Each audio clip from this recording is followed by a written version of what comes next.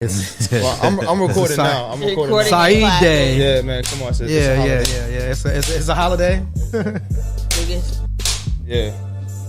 All right. Is this our white pages today? Yeah, that's what he said. Oh God, we're gonna ask. I guess they can go online and get the article from the city paper, right?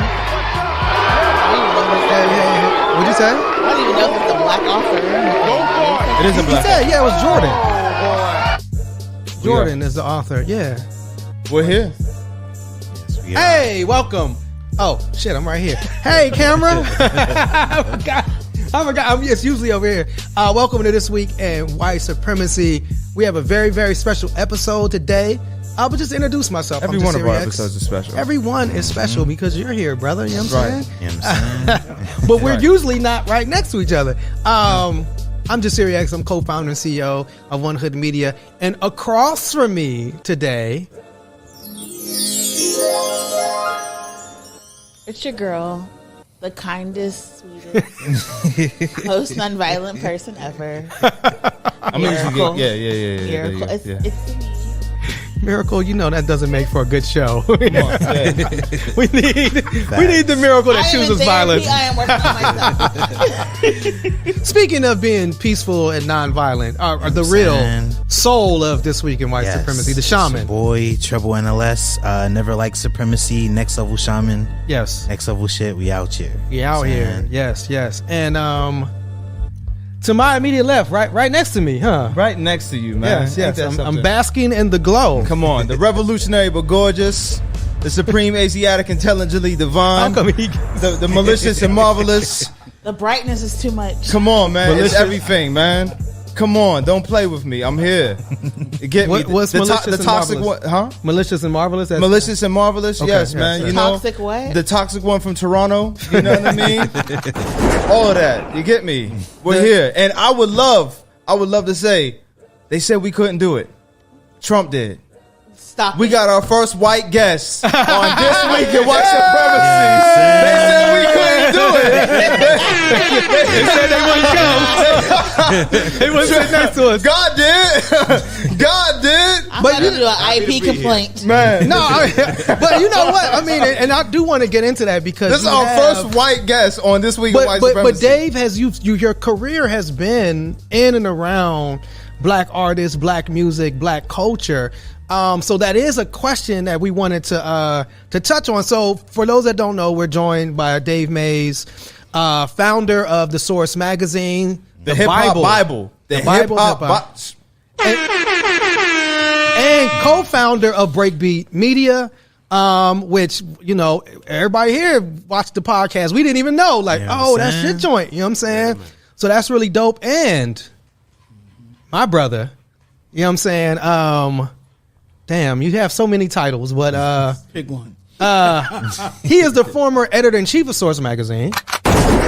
He is the current what would you call yourself? Like managing editor? I call myself the features editor. Features editor of BlackPittsburghers.com. Come on. Right.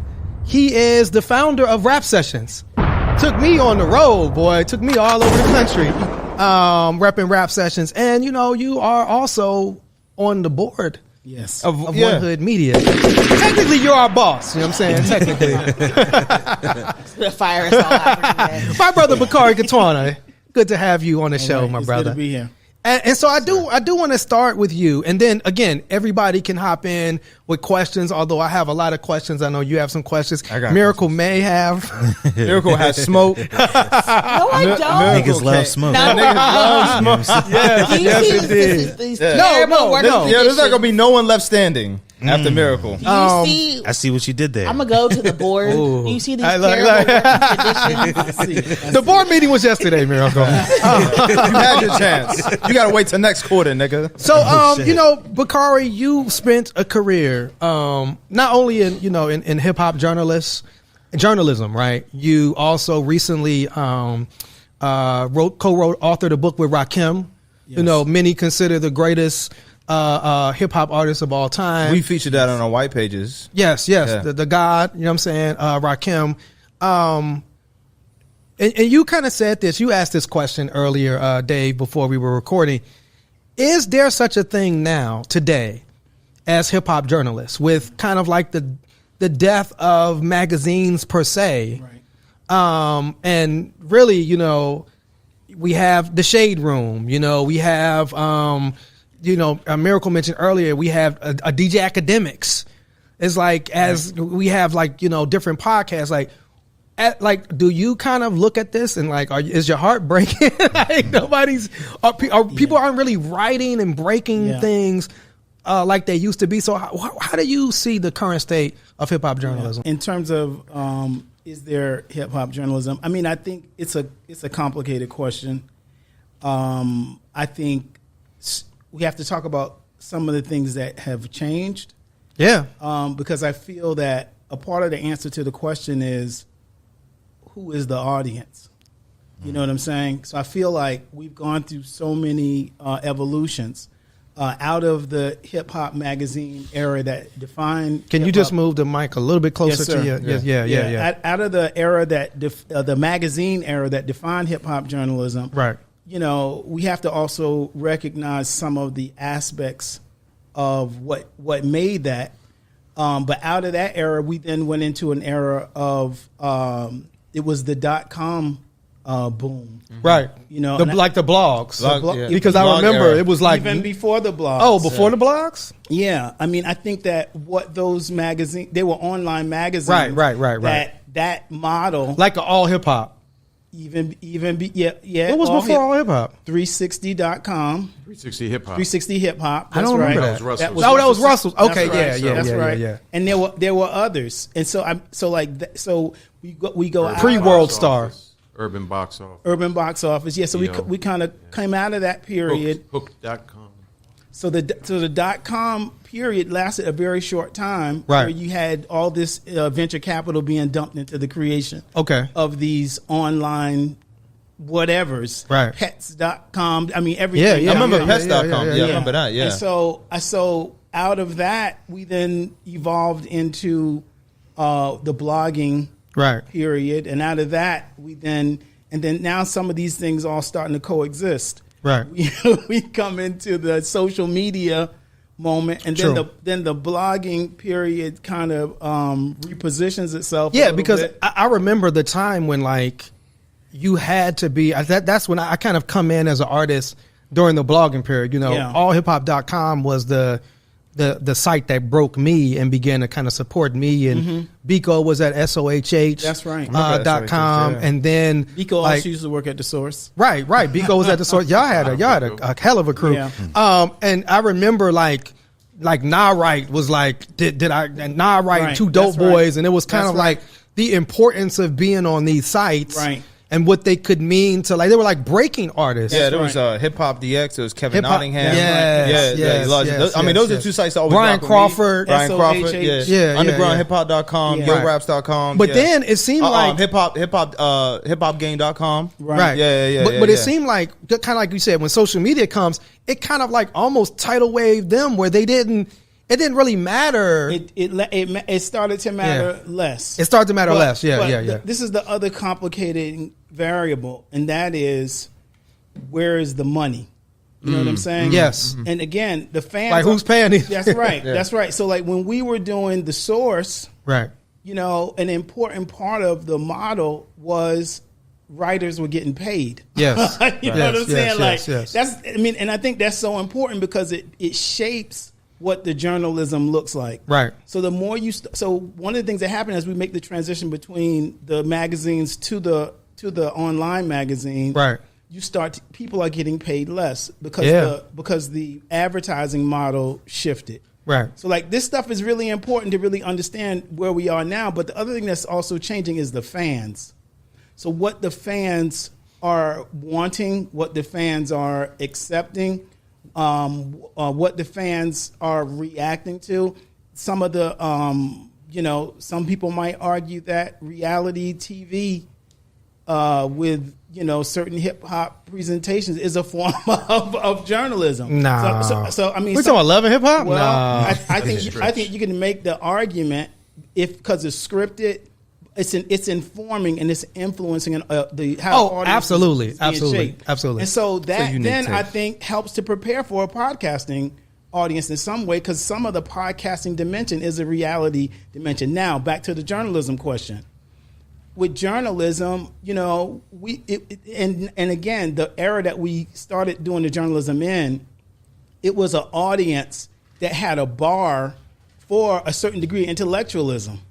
So it was an informed audience. I mean, even the fact that lyricism was important in hip hop, right, that was a reflection of the audience. I mean, the audience wanted that high caliber of an intellectual MC, and that was something that was important. So I feel like all of these variables, the money variable, the advertising dollars, all of this helps to shape how it starts to be different. Then the other thing to pay attention to also is what's happening in the media landscape in general. Right. So because the money is coming out of all the media landscapes, not just magazines. So right. the whole idea of papers had to figure it out. Right. You know what I'm saying? So the whole idea of what journalism is changing, right, and it's starting to let in things that are either you could call a different standard or almost no standard. Yeah. So I think that is where we are.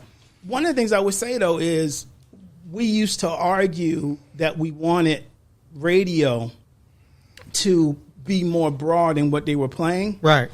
And I think that we didn't imagine what a worst case scenario of that would look like. Right. So kind of where there's no radio at this point. Right. But I'm saying the argument for radio playing more, we have seen the manifestation of what getting more looks like.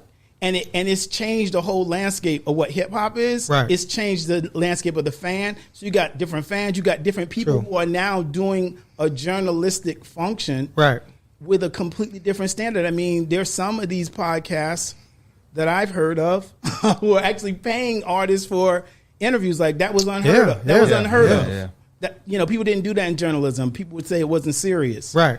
So I mean, I think all of those things are. I think what's changed. You didn't want to name those artists. Yeah, I didn't. Those podcasts. I mean, get the bag. I did want to. Artists get the bag. And I know I said I was going to start.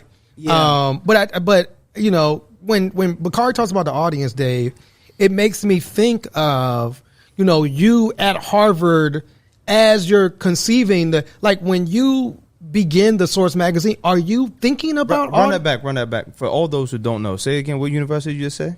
Harvard University? Say it again. Harvard? Say it again. What's wrong with that? No, I'm just saying that, like, you know, the people that are detractors against hip hop still. Yeah. You know what I mean? We still yeah. have a fair share of people who say they don't understand hip hop. Right. This is a global economy at this point. Yeah. The Bible of hip hop came out of Harvard University. And ironically, now Harvard has a hip hop fellowship. A Nasir Jones fellowship. You know, Nasir Jones, right? Shout out to my brother D1, who's there now. Right. But are you thinking about like audience? Are you thinking about revenue? Right, like, are you thinking about like this could be something that could lead me on a career, in hip hop for life? Yes. You were in the beginning. He was at Harvard, of course. He was. I wasn't expecting that. I wasn't a typical Harvard student. Got you. You know, I grew up in Washington D.C. Okay, Chocolate City, just kind of the old D.C., not the D.C. of now. Marion Barry D.C. Went through the public school system, right? You know, just kind of absorbed the music and culture of the city from a young age, right? And, you know, just got drawn towards black music as a whole. Of course, go-go, yes. You know, R&B, soul music, and a little bit of rap. We didn't get a lot of hip hop in DC in those days, but moving on up to Harvard. So, yeah, I mean, I was always an entrepreneur. You know, when I was younger, I was hustling. I had a lawn mowing business with 80 clients in junior high school and business cards. And, you know. You wasn't no paper boy. You was getting real paper. Trying to. So I always, you know, had that entrepreneurial spirit. But when I got to Harvard, it was like a culture shock, you know. I didn't fit in with the students there. It was very different from, you know, the people I was used to. You wasn't pledging around. the Skull and Bones and no, that wasn't my thing. But I did meet the people there were just very different. These are like, boarding school, prep school, very privileged, very removed type of people that, just didn't have any clue or connection to the kinds of things that I was interested in. I did meet one guy who happened to be another white Jewish kid from Philadelphia, John Schechter, in my freshman year. And I heard some rap music playing out of this room in my dorm building, and I went and knocked on the door, and it was him. And he encouraged me to join a radio station. He was into radio in Philadelphia, and his idea, he was going to go down to the Harvard radio station and try to get them to give him a hip-hop show. And he encouraged me to join him, and I did. But one of the reasons I did was because the radio station at Harvard was unique as a college station in that you could sell sponsorships. It wasn't non-commercial entirely. And as a student, if you did ad sales, you could make commission. So that was really the thing. I was so you saw your hustle right. light went on. Yeah. I was like, okay, I can sell ads and sponsors to the radio show. And of course, I loved the music. I was a little more heavily into go-go, but I knew hip-hop. And, that was when the pivot happened, freshman year. And this is 1986. So this is, the inception of the golden era of hip-hop. Right. Rakim, KRS-One, Big Daddy Kane. Yeah. 86 is the tipping point. No tricks in 86. Yeah, of really when that golden it's time era. to build. Yeah. And then it was Run Jesse Run right after that. That's right. Run Jesse Run. That's right. So I joined the station with that in mind, and also as a way for me to kind of connect with people outside of Harvard, because once I got the radio show going, first of all my listeners were Boston area, young people. Right. There was tons of young people that loved hip hop. There was nowhere to find it on the radio in those days, especially in Boston, other than a couple college stations. So we were on initially Friday night, like midnight, for an hour, but people would find the show and talk about it. So this became my thing. I started to, when rap shows would come to town, now I had entree, to call a promoter, hey, let me come down and, just to get out also in the community and get into Roxbury and Mattapan and Dorchester. Large up Murder Pan. Yeah. Large up Murder Pan. Just to try to make some friends and meet some people that were more like my friends that I grew up with in D.C. So when it first started, that was the kind of motivation. And then it all connects, though, because I would go around to local businesses, record stores, clothing stores in the Boston area, and I'd say, hey, I got this, hip hop radio show on Harvard station, and they would laugh at me like, who the hell is listening to hip hop on a Harvard radio station? It was known for classical music. The station played 98% of the day was classical music. So I'm getting frustrated because people are calling in, the phones are ringing every Friday night. I know I got, you got an audience and it's popping. But I can't figure out how to convince people to sponsor it. So that's when I said, well, let me start building a mailing list of my listeners. So I started having people call in. I write down the name and address of, everybody that would call in. Join the Street Beat. That was the name of the radio show. Join the Street Beat mailing list. And I would set up sign-up. This is before emails. You had to get it to your house. Yes. Set up sign-up boxes in the record stores, fill out a little paper and drop it in the box there to get on the mailing list. So I built the mailing list up and then came up with the idea, let me create a newsletter to give out news and information and sell ads on the back of the newsletter. Because answering all those phone calls and writing down and talking to people, they had a million questions. So some of you may know in the 80s, there was a whole bunch of us that were growing up loving hip hop, but there was no information about hip hop anywhere. No newspaper, magazine. There was nothing. Nowhere. And that was at the time where people were still kind of mainstream, looked at hip hop as a fad, looked at it something that was going to go away. Definitely. You had like older black people. There was just this conversation. Who just had this conversation? KRS-One just said something about how like if older black people would have embraced them, that $10 billion that hip hop currently makes could be ours, right? Or this was at a time where like pastors was like bulldozing hip hop Right, tapes album press and all that. Yeah. That never happened though. But Oh, he never did that? no. Oh, that was an urban legend? well, he set up.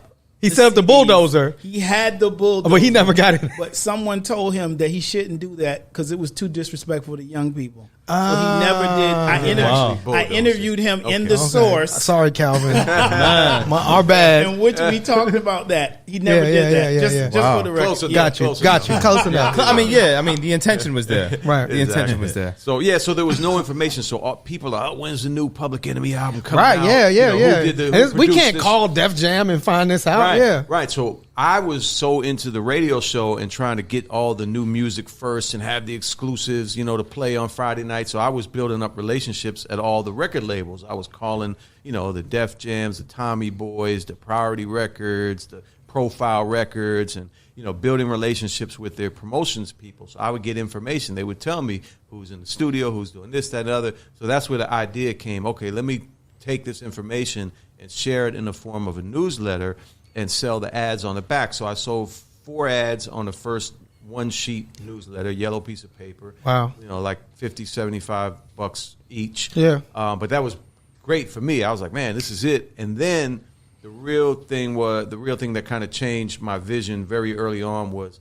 somebody gave me a book about the history of Rolling Stone magazine, which I knew nothing about, but read the book, and I saw all these parallels between rock and roll and hip hop, and the way Wow. Rolling Stone started as this underground rock newspaper for the the really just diehard fans of rock and roll, and the way it became the voice of the generation that grew up with that. And I was like, I'm going to build the Rolling Stone for hip hop. Yeah. And I got a couple other Harvard students involved with me as my business partners, Ed Young and James Bernard, and everybody was believing in the vision, and it just kept growing from there. So very very early on, I had a big vision that I could create something that would be really meaningful. It's interesting because you kind of like the way you describe that landscape then, you kind of feel like that's the kind of the landscape now, right? Whoa. Where no, I'm just saying where like I don't know. people are trying to figure out like what is that way to deliver this message. You know what I'm saying? I feel like the one point of information I'll say first is that first issue of the source that Dave put out. We released in one of the issues of the source. Was it Keith Murray on the cover? Do you remember that? I don't know if it was Keith Murray, but it was the 100th issue. It was the 100th issue. We Okay. put a replica copy of it. So it's a replica copy. If anybody wants to try to go dig and find that, you can find those first ads that he's talking about. But I mean, I don't think it's so much that people are trying. I guess I wasn't saying people are trying to figure out. I'm saying that what has been created is a landscape in which you have the top tier people, and then you have a bunch of people who are at a different level still getting their money on YouTube and doing their own thing. And I feel like they're able to appeal to these regional markets, these local markets, in the ways in which we imagined was important before, but there wasn't really a space for that. So I feel like there's been this kind of like there is a kind of a flattening, and that has created a situation in which it's almost like we can't even get. Can you get 10 people in the room that can agree on what hip hop is anymore? No, that's a fact. I don't think so. But also that is who is the audience? Right. You know what I'm saying? Like, who is it for? Like, we knew who. People used to say white kids are white teenage boys are the primary listening audience of hip hop, but there was never any study that actually validated that. Yeah. So that was what was said. There was a woman named Wendy Day who y'all probably know. Wendy Day is the Wendy truth. said she went to the heads of all their top record labels at that time, said we should do a demographic survey so we can know who the audience is, and none of them wanted to do it. They said it's not broke, don't fix it. That's a quote in my book, The Why White Kids of Hip Hop, in which I interviewed her. Yeah. So I wanted to come back to you, Dave. So I guess so here you have that first issue, right? And you gather up your folks and you're like, we're going to do this. What was the moment after that when you kind of felt like, okay, now we've arrived? like now we are, like where because there was a point where the Source like surpassed Rolling Stones. It did. Really. So what was that point? And I guess what described that scene or that space? Right. Well, it's hard. Like for me, I'm a visionary. I think big, and so my vision is constantly growing. Right. So it's like I reach one milestone, Yeah. but I'm already thinking about 10 more down the road. Absolutely. So I don't stop and be like, hey, this is so great. I just accomplished. So you didn't this, even enjoy the accomplished moment. There were a lot of milestones. I felt like. Yeah. I mean, there was the milestone. I remember we moved to Park Avenue. Yeah. That was a big deal. Oh wow. Yeah. That was a big deal. But it was also a big deal when we were on Broadway. Yeah. You know what I'm saying? So I feel Which like, one was the one you told me had the bulletproof glass? Shit, both of them. No, not Broadway. We didn't have. I don't think we had both. I think we did. We did. Okay, definitely Park. Y'all had to. You had to be. That was. I'm saying that was when like hip hop journalism. You kind of had to be a little gangs. Like journalists would get beat up. Yeah. Like it wasn't like rappers would confront. And Keith Murray was at Journalist. the top of the list of niggas that will run down on you. Yeah, man. yeah. So here's a question I had, since we're talking about that already, right? And we're talking about kind of the delineation of accepting like who the audience of hip hop is. I remember a couple years ago, I think it was Hip Hop DX ran a piece. It was like the beef that killed hip hop was XXL versus Source, right? And Interesting. when XXL came out, right? And I remember Eminem's famous line, XXL, I even buy a couple myself. Something so your whack cover can sell, something like that. I remember when he said that shit. And so what was it like when XXL popped up? Because at this time, you already had the Source Awards. You already had... Really, the Source Awards predated XX. I didn't know that. Yeah. Okay. Yeah. And then so you already see, I know my shit. Come on, that's what I do. You already had these marquee names, some of the biggest pieces in quote unquote urban journalism or black journalism, whatever you want to call it, belong to the Source. And then here comes the competitor. Right. What happened? Well, how did that feel? Like, let me, what was your thought process at first? Like, did you get a heads up that there was going to be another publication? Yeah, I mean, first of all, there was Got a lot of competitors. heads up. There was competitors long before. 'Cause there was like Vibe. Okay. Yeah, came there was before Vibe. that, Yeah. The first one was probably Larry Flint rap pages. Rap pages. Right, That yeah, was yeah, early yeah. 90s. Okay. Yeah. Larry Flint was Larry Flint was getting that bag. He did produce her. He's a hustler. He's a hustler, man. Well, I mean, rap pages never did. No, shit, no. to be honest. But that was one of the first. I mean, Quincy and Russell came to me, said they wanted to invest in the Source, spent like a year or so milking me for information, and then launched Vibe magazine. Yeah. Oh wow. Now, when Vibe came out, everybody was like, "Oh, is this the end for the Source? It's Time Warner and Quincy Jones. How are It's you like going to no one really- compete with them?" I didn't read Vibe. Right, but that was the thing. I knew when Quincy, we had one final meeting with Quincy where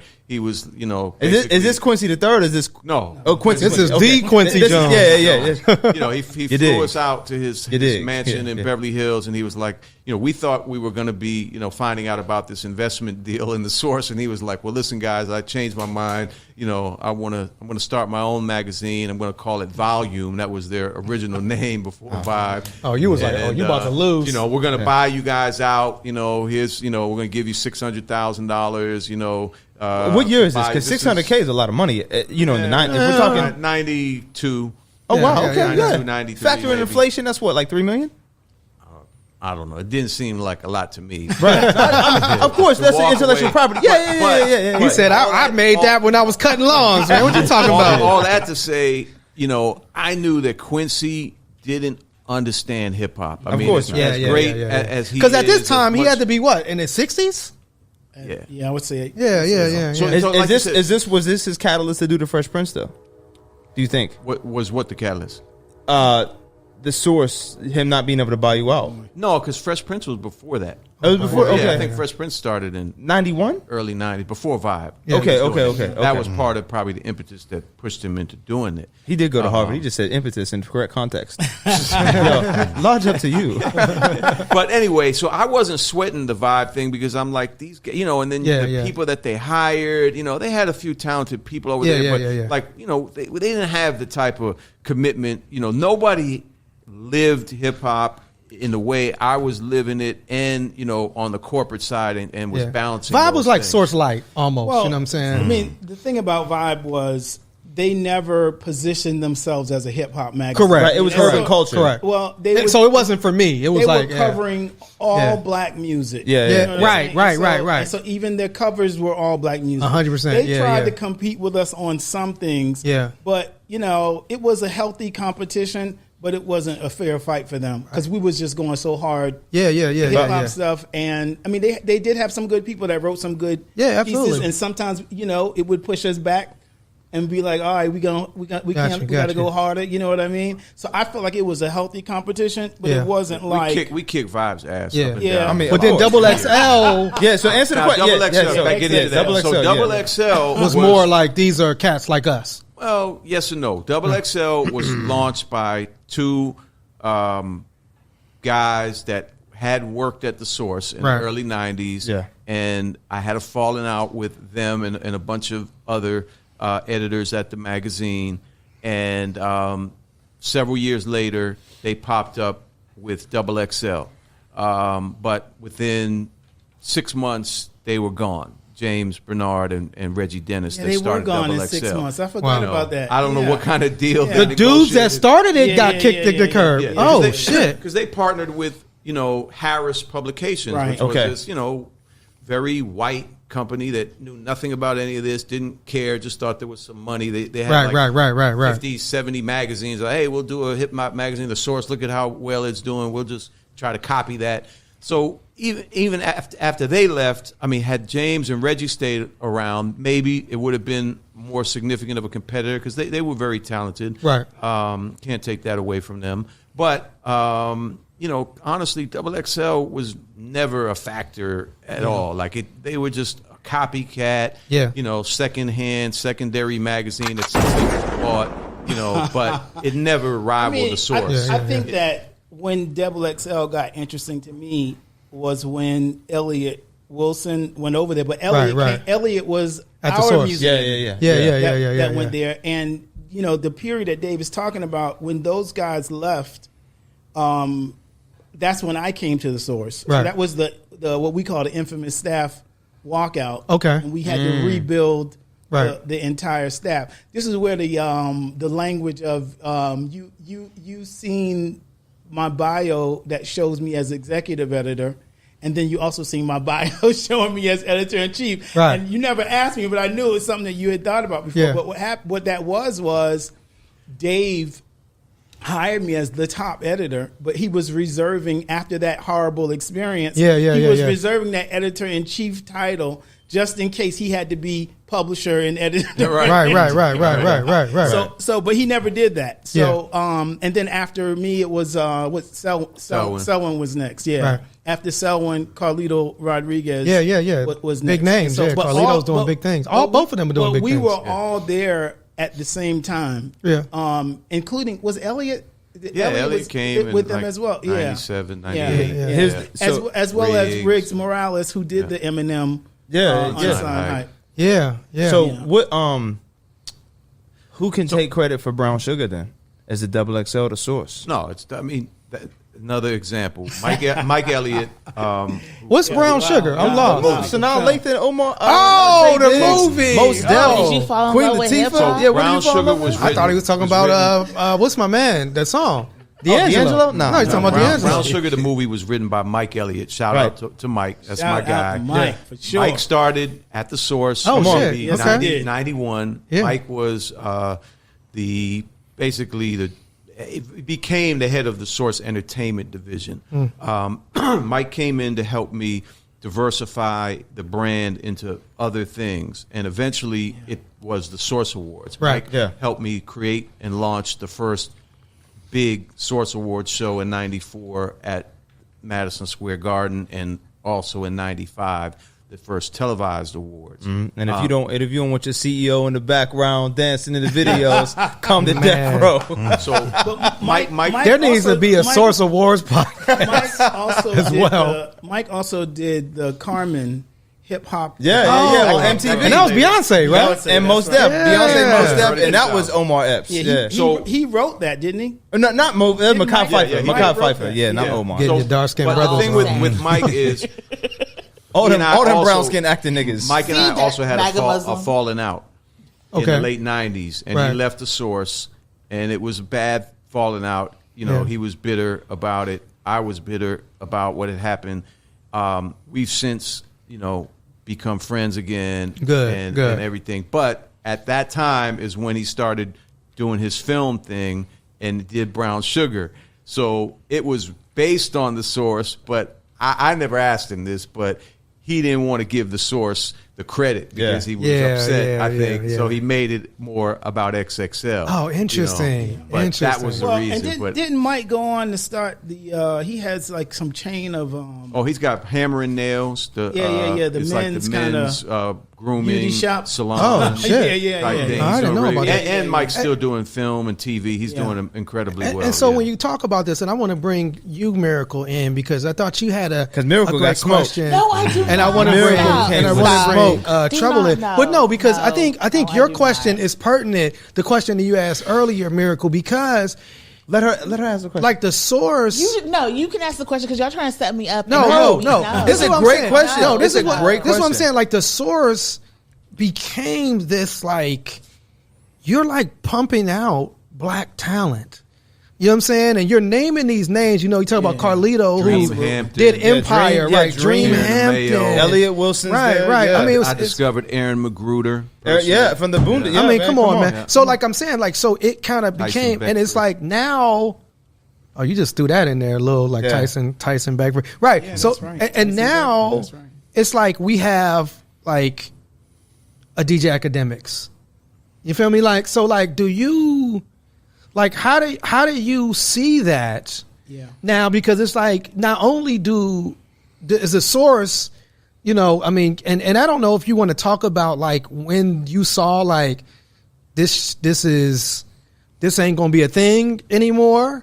I mean, And like, were you all prepared? I think your first part of your question, Yeah. in terms of the talent, I think the talent is very important. Because the talent's probably still out here. But it, Right. But the how do you Not getting- access? There's nobody putting them on. Hold on, hold on. So let me interject. Here, just let me okay. finish. Though. I'm The about talent, to the talent, do all that with the great talent people. Okay. overlaps with the media industry shifts. Right. Okay, so as the media industry is shifting to this .com To talentless? moment, to this .com explosion, Yeah. what starts to happen is advertising is shifting to the internet, Right. away from print. Yeah. And so one of the things that happens is all of these very talented people now can no longer really find work Yeah. as journalists. You can't even live in New York. So right. so people like Carlito and Selwyn end up, going out to Hollywood, and Yeah, others. yeah, yeah. People like Joan Morgan ends up getting a PhD. Right, and, right. She writes I'm starting to write books. Like we had to start to do other things because the people were extremely talented. Yeah. They were extremely talented, and there weren't places for them to do their work. This is a really important thing because I feel like it's a part of what's happening and has continued to happen since then. Right. The mainstream media establishment does not want to support and nurture black intellectualism. 100%. Because as we start to see this black intellectualism is so strong and so powerful, Yeah. and it's toppling over everything in its way. I mean, Selwyn. right.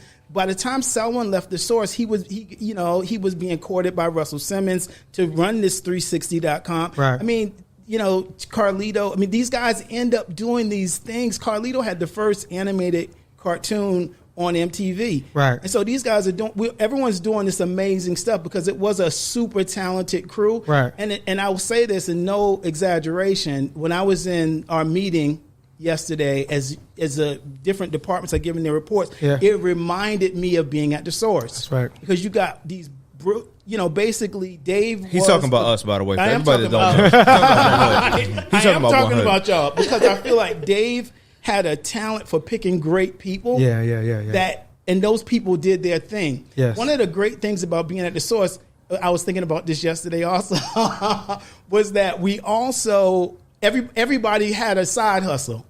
And one of the great things about Dave as a leader was that he let people do their thing. As long Yeah, as you yeah, got yeah. your work done, Yeah. he didn't care if you did it all at midnight. Right. If you got your work done at the highest level, people didn't. And I mean, people were doing all kind of different things. Yeah. But certainly, this flattening of, and this is about capitalism. Yeah. This is about major corporations saying we're going to Hey, continue to create billionaires. Bakari, and the way you know, we're going to capitalism do it. is a made Don't up use word. those slurs That's on a this slur, show, bro. brother. Come Don't on. use those That's slurs like slanderous. capitalists and capitalism on this Ta-Nehisi show. Coates started his writing Yeah. career at the Source. Too. Who? Yeah. Ta-Nehisi Coates. Ta-Nehisi. Oh Yeah, my yeah, yeah. God! So, Miracle, you had a broader question. What I Okay, was I'm saying, because sorry. you were talking about the I'm black sorry. intellectualism. Yes. You know, for me being from the South, the South that's something to say was like one of the You biggest. from the South? I From didn't know Georgia. that.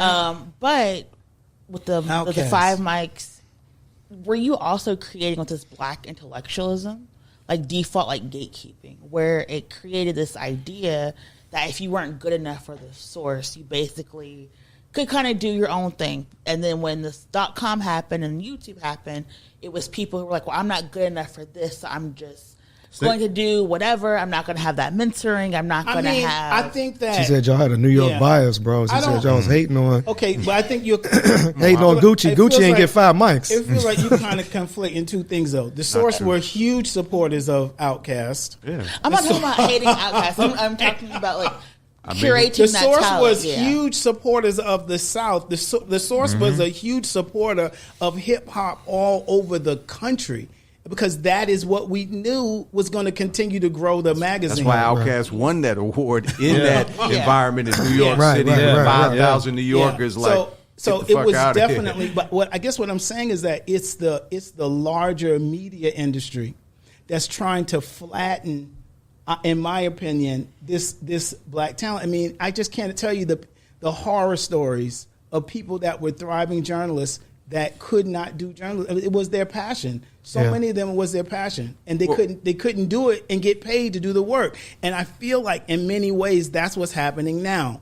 You got some people that end up at a place like The Nation or NPR and they can get paid and they can write an occasional really good story on hip hop, but you don't have a real place where the traditional idea of what journalism is being nurtured, because that aspect of intellectualism is lifting us up, not only as a people, it's lifting up hip hop as a black intellectual space, and people don't want to accept that. They want to see hip hop as this is a bunch of dumb people. They're uneducated. Yeah. They're shooting at each other. They're doing this, that, and the other. That's nonsense. But hip hop, what drew me to hip hop was its intellectualism. The lyricism was at the highest level of poetry. I have a master's degree in English.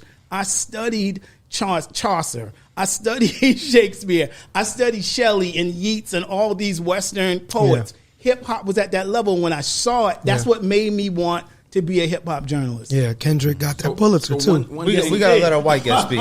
This is In White Supremacy. We gotta, All right. Brooke, you about to get jumped. One thing that I don't think has been touched on yet as we think about this kind of the evolution of hip hop journalism and stuff like that.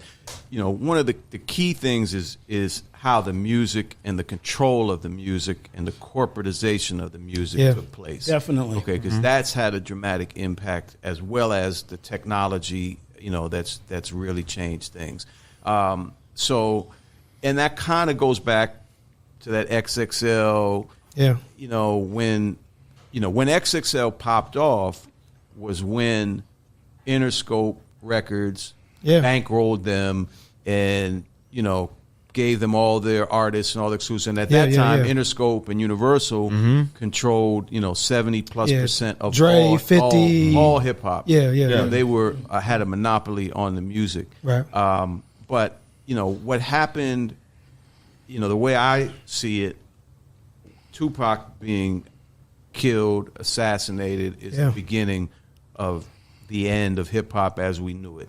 And do you mean for your specific era or blanket statement for hip hop? More blanket statement in the sense of hip hop as a real, you know, cultural, social, and political movement. That's what it was coalescing throughout the 80s, mid 80s through the mid 90s. Hip hop was what Bakari was just talking about. It was coalescing as this social, political movement, cultural movement.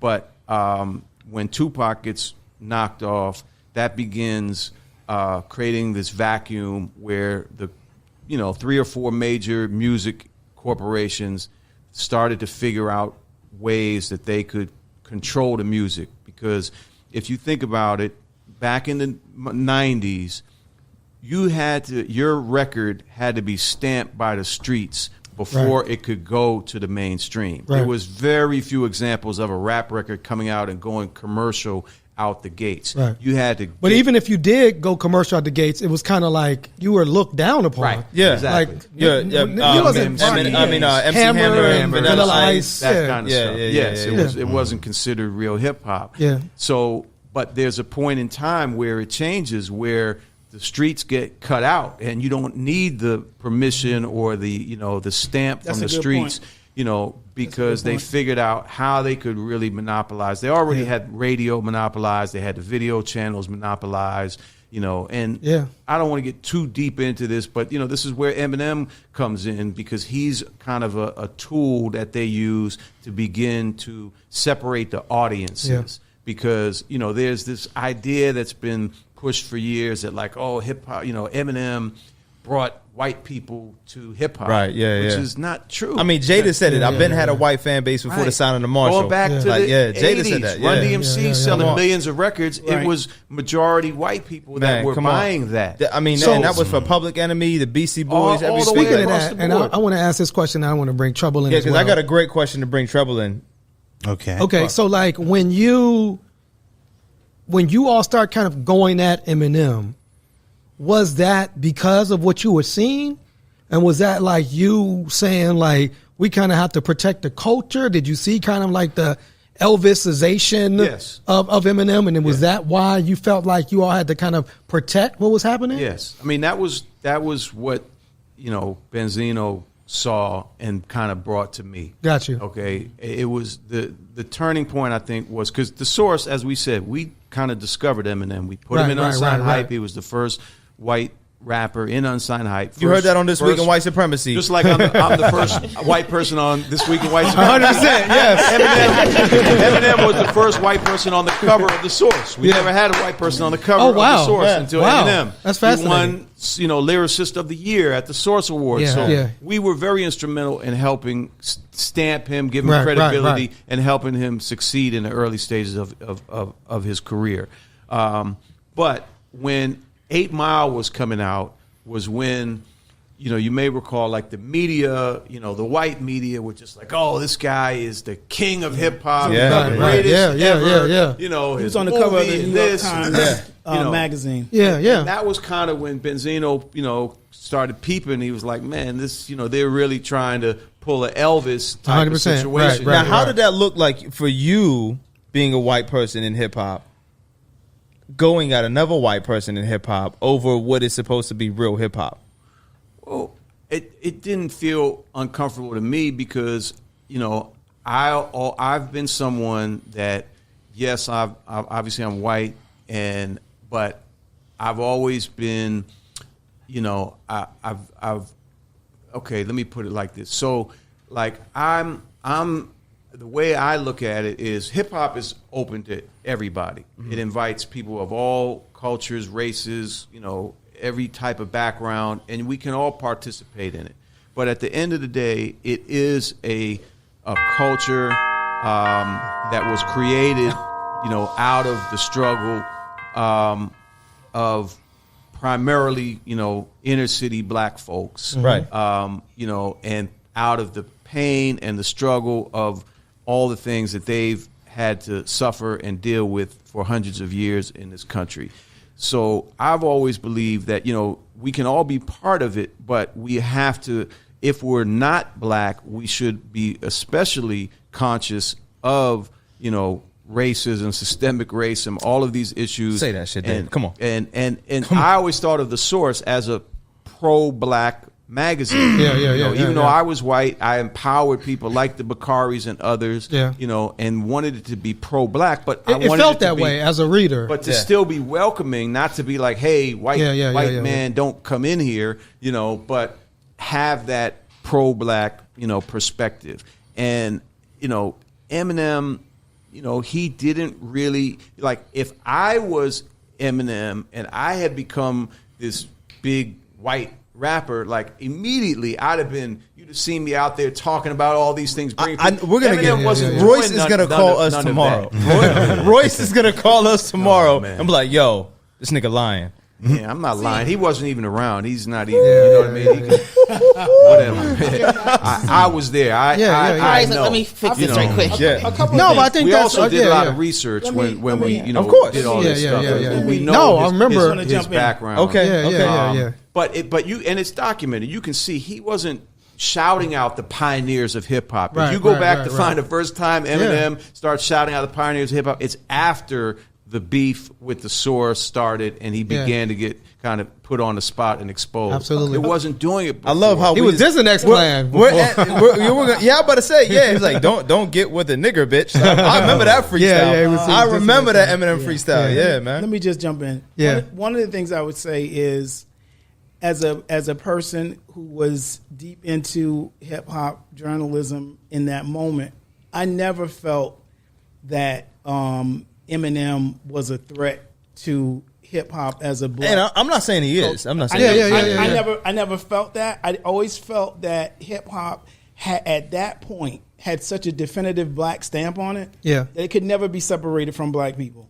So But I remember people saying, like, and it was right around that age now that, like, we're going to wake up in 20 years and people are going to say Eminem, like, created rap. I remember that conversation. So I here's remember where people saying that, but I don't think that was. I didn't agree with it. One other thing I want to add in here is that at around the same time, and this is again, I feel like there's always two sides to these conversations. Yeah. At the same time that what was happening with Eminem was happening, the music industry was also trying to sign a white MC who was invincible. Right. Who turned down the record deals. What they called, and that was when they were looking for the feminine. That's right. Was what they called it, That's like right. a white That's woman. right. That's right. Yeah. And there's an artist that we know, Invincible, who is That's right. a G. That's right. She's very political, and Yes. she did they did what many people felt that Eminem should have done, which was to push. Which is what you're saying. Yeah. She pushed back, and they pushed back. I'm sorry. She at the time, but they That's now. right. Yeah. That's right. And continue to center black folks. Invincible won't even. Invincible stopped performing as a solo artist for that reason. Invincible was like, I have to be on stage with other black people, Right. Because your whiteness is always going to be centered, Right. And Invincible did not want that. That's some G shit. There was a Canadian MC, Eternia, female MC. We don't care about Canada, but the next question. Trouble had something to say though. Look at this. One other thing about A Canadian MC. Was it Drake? Then we don't care. Another thing about Invincible, I want to throw in is that Invincible also. No disrespect to Canada. I know some thugs. in I remember Canada. we had an I'm event one of them, nigga. that Invincible was on. Yes. And Invincible found out that one of the corporate sponsors was a part of the military Industrial complex, That's right. I can't remember which corporation it was. Right. And she's like, "Yo, if y'all gonna have that military." I can't remember which one it Sponsorship, was. That's yeah. right. I'm not rocking with y'all. Yes. And that was those were the type of principle stances that she took. She was heavily influenced by Grace Lee Boggs. Right. They were heavily influenced by Yeah. Grace Lee Boggs and their whole crew out of Detroit, and they were very serious, and they often held us accountable and to a higher standard. Absolutely. Many times. So just So want to throw that out let there. me bring Treble in, this way, because you're the youngest person here. By the time you were up and probably had the idea to rap, the source wasn't really relevant specifically to you. Facts. Hip hop journalism wasn't relevant to you. Tupac and Biggie had been dead. All our greats had been dead. Your name, in fact, It's from Wu-Tang. is from it's Shaheem. Shaheem the Rugged Child. Yeah, right? yeah, He's yeah, actually, yeah. You're actually named after Shaheem the Rugged Child. Right. But like, what does this mean to you? Like, what does this conversation mean to you? Does the source ever resonate to you as something you're like, I can't wait to get into Source as a rapper? Because you weren't, it was... Yeah, do you have a frame of reference or the Double Source XL magazine, or Double anything? XL? Or you just like, yo, I'm going to let these old people talk on this show. Yeah, I'm gonna say, yeah. Because you probably looking at us like, man, these niggas is saying a lot of old No, shit. I've definitely heard about the Source because, you know, I studied hip hop when I got into it.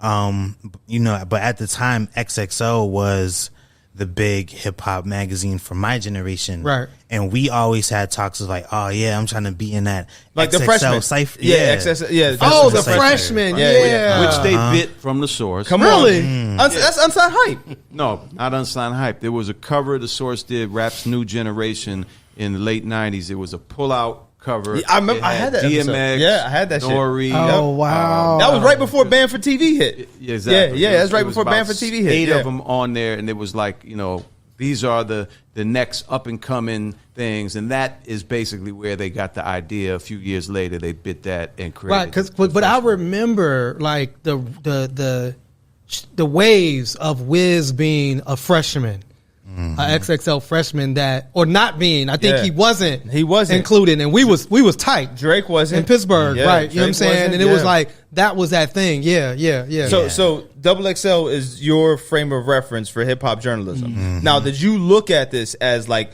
this is hip hop journalism, or this is just A way to get rap on. a paper?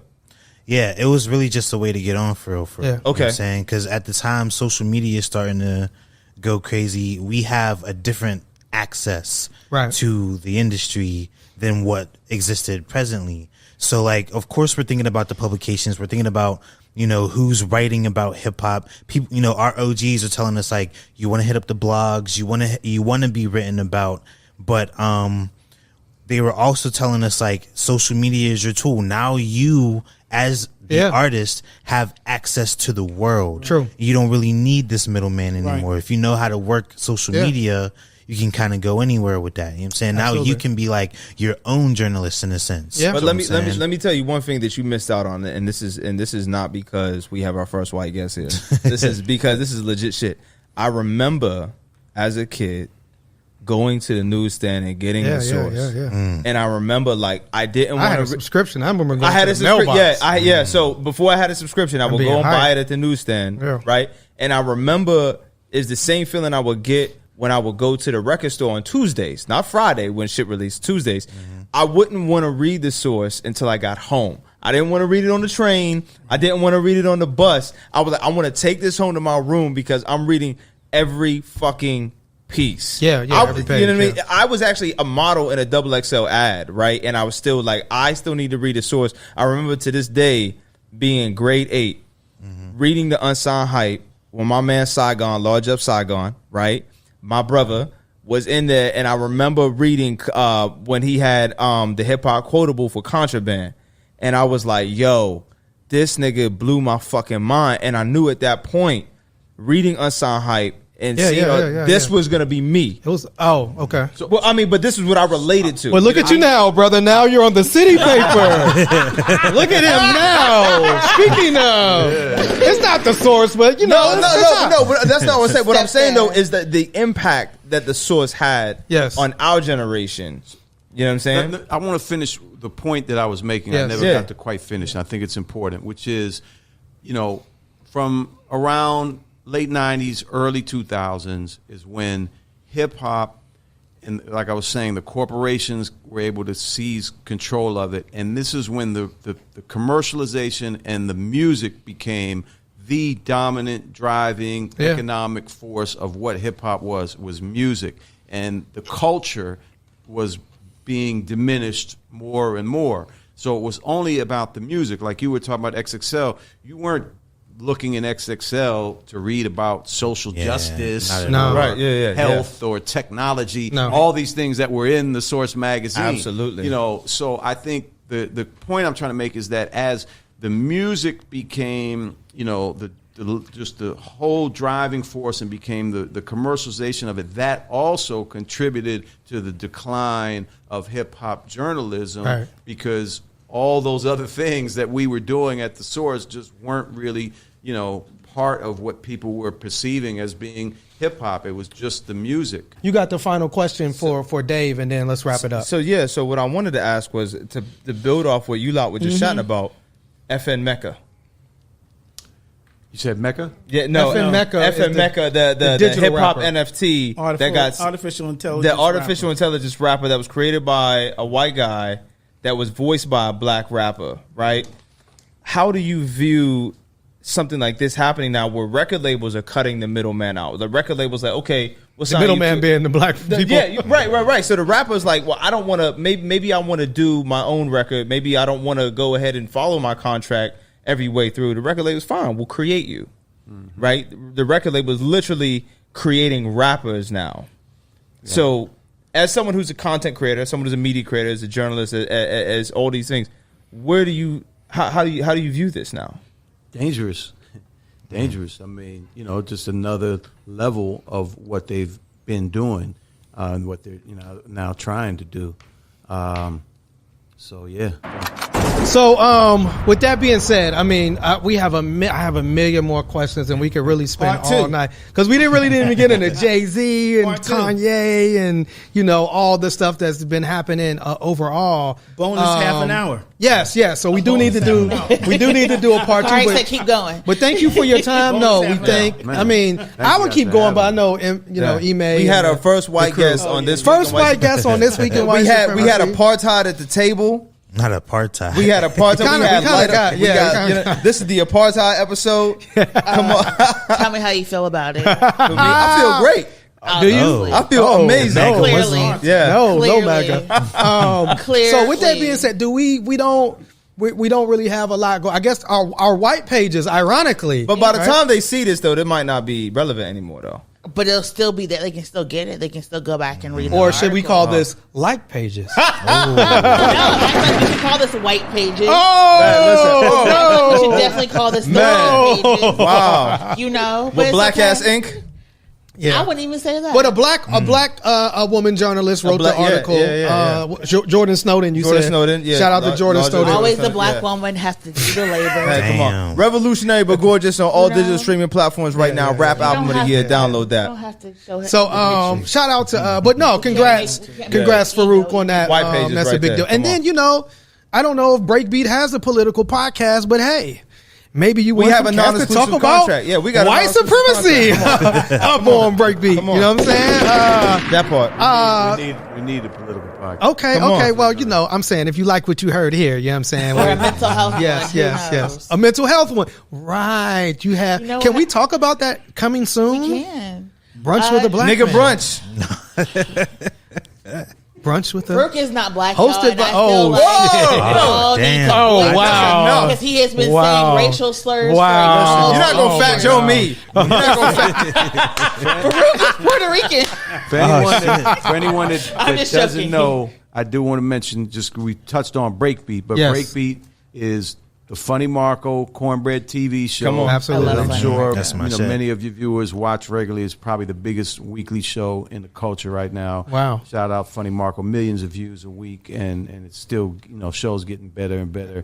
Don't Call Me White Girl, who I think is an incredible talent out Love of her. Philadelphia. She's hilarious. She is hilarious. Funny as She's hell, but amazing. also Yes. smart. And again, that's a thing that was part of the, the DNA, of the source. Right. What Bakari was talking about. It's like you can be, from the hood, and you might, present, differently than somebody, Like Farouk. but Who's black? I'm joking. But there's- I've had Don't to call him defend white his- boy. I there's a whole defended his intellectual blackness all the time. world He is there, black. and Absolutely. she brings that. She's not a Absolutely. fool. Like she talks Yeah. real shit. So that's she really speaks to the DNA of what I'm trying to do with Breakbeat. Wow. And then Bill Bellamy, I got the top billing with Bill Bellamy. Yeah. We just launched. That's doing really well. And a few more things on the way. Trapping Anonymous, we talked about too. Yeah. A And you few said more the things on the way. podcast that's coming up on the way. You kind of an The episodic. Unsigned piece. Hype 8-part Yeah, series coming out yeah, starting in yeah. January. Yep, the whole story of how okay. we discovered Biggie, Eminem, Man, DMX, bro. Common, Mobb Deep, so on. Ooh. And then you got the Dave May show coming, right? I am going to launch my own podcast at some point. Cool. I haven't pinned it down yet, But I've been doing the podcast this year with Freeway Rick Ross. You know, that's Yeah. the Let's After the Snow that he and I have been co-hosting. Shout out to him. Yeah, shout out to Rick, my guy. Yeah, and then Bakari, you have. You can't talk about what you have on the way, can you? Not yet. Okay. Stuff is coming. Bakari has a very we're gonna important respect thing on the way. confidentiality. And then last but not least, Miracle We has. talked a lot about like hip hop and origins. But like hip hop was one of the first things that allowed black men to see themselves. And the past like 4 years, we've had to deal with a lot of black men losing their icons. And True. what does that mean for their mental health? Coming off 2 pandemics, coming off multiple recessions. And so we're in November launching Brunch with a Black Man, where we talk to black men about their mental health. Who's your first episode? How hip hop has inspired their lives, how hip hop allowed them to see themselves, fight for their mental health, Yes. have a way to express themselves. So it's coming soon. Absolutely. And we hope you tune in and support it and watch it. She doesn't know who the first episode is because it I'm is gonna being have to edited reshoot right the now. premiere episode. And shout out to your mom's house. Someone who, doesn't know how to act. Yes, you you might have to do that again. So with that being said, Y'all got to do y'all have to do an episode on hip hop writers who are the book authors. yes. Because I think that's another. Because you want to come back? I definitely want to come back, but I think it's another layer of journalism that's still happening. Right, that's still happening. Because And when you writing a book in its fullest sense is just it's the purest act of love. oh wow, And the level of research Absolutely. that goes into it, and the level of investment of your time. Yes. There is no way to repay that. You got people getting paid to write books that they don't. right. That they don't really have that level of investment, and people like them because they're celebrities and stuff. Yeah. I think that's also dumbing down True. the culture. So you got writers who do book length work, that don't, can't do what they do. For those that don't know, like Bakari looks at writers the way we look at rappers. Like they don't got no bars, and they got Bakari be like, nah, this writer ain't got no bars. You know what I'm saying? So he definitely. So I know, I like, said that writing was interesting. 100%. So no, that's important, and I think kind of like what you said, Dave. I think there's so many different ways to try to explore this space, and we started One Hood Media as kind of like an idea. I really didn't think it wasn't until the pandemic that we started to actually produce shows that generated an audience in Pittsburgh, starting with what Black Pittsburgh needs to know, and then. This Week in White Supremacy has just been the show that we've been able to not only do the most consistent, but that has got the most positive feedback, from our audience. And I think, we have, so there's other things, Brunch with a Black Man. Now it's like, what are some of the other things and ways we can pivot and grow? So then we could also have like a network coming out of One Hood Media and the work that we're doing. And so I think that's the thought, and partnering with your mom's house and Ime and his team, who always does things so professionally for us and with us, has also been a blessing. So, so with that being said, Thank you for coming on, bro. Yeah, thank you. Thank you both for coming on. Me, man. Really, really a pleasure getting to meet you guys in person, and to see you and Bakari and I, of course, had a great opportunity to work together. And Miracle, you were part of that as well with the Hip Hop Political Education Summit a few years back. But to get to meet you in person, and definitely respect what you guys are doing, and encourage you guys to keep pushing. And I was kind of saying, we might need to do one Y'all need to save yourselves before some more. November 8th, because it's been crazy. You know what I'm saying? In Pittsburgh. With that being said, This Week in White Supremacy special episode with Dave Mays and Bakari Kitwana. Thank you. See y'all next time. Peace. And Apollo. Apollo's in the Out here popping, we them lords, you can't stop us.